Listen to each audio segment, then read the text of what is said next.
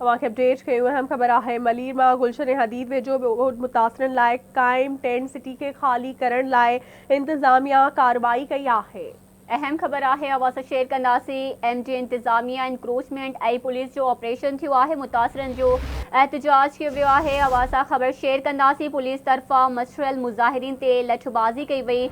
ॻोढ़ा आणींदड़ gas जो इस्तेमालु कयो वियो। 10 खां वधीक गिरफ़्तार कया विया आहिनि। असां ख़बर शेयर कयूं पिया। MD इंतज़ामिया इंक्रोचमेंट ऐं पुलिस जो ऑपरेशन कयो वियो आहे। मुतासिरनि एहतजाज कयो। पुलिस तरफ़ां मशरल मुज़ाहिरीन ते लठबाज़ी कई वई आहे। ॻोढ़ा आणींदड़ गैस जो इस्तेमालु कयो वियो। 10 खां वधीक गिरफ़्तार।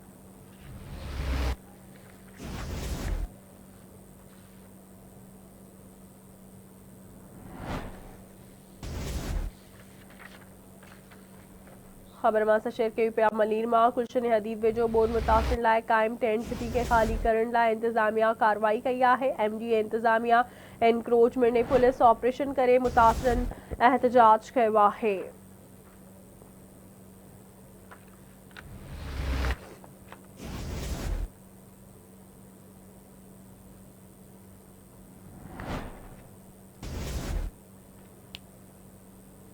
तफ़सील मालूम हूंदासीं आसिफ जतोई खां। जी आसिफ अपडेट कजो कहिड़ा तफ़सील आहिनि। जी तव्हां ॿुधायो त 2022 में सिंध में जेका बरसाति पई उन बाद जेका सिंध जे मुख़्तलिफ़ ज़िलनि मां बोड मुतासिर जेके कराची में आया उन्हनि खे जेको आहे सो MD जी ज़मीन ते जेको आहे सो टेंट सिटी क़ाइमु करे ऐं उनखे रहायो वियो। अॼु जेको आहे तव्हांखे ॿुधायां त MD इंतज़ामिया एंटी इंक्रोचमेंट ऐं ॿी जेको पुलिस जे वॾनि अटालनि जेको आहे सो हुते कार कई आहे ऐं हुते बोड मुतासिरनि जा जेके अजा हुया कचा पका उन्हनि खे ड्राए पट कया आहिनि।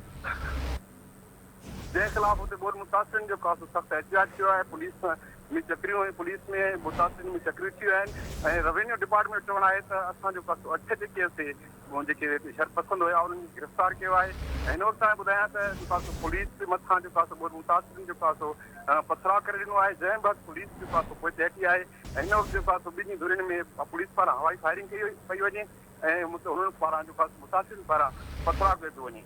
जी महिरबानी अवां जी।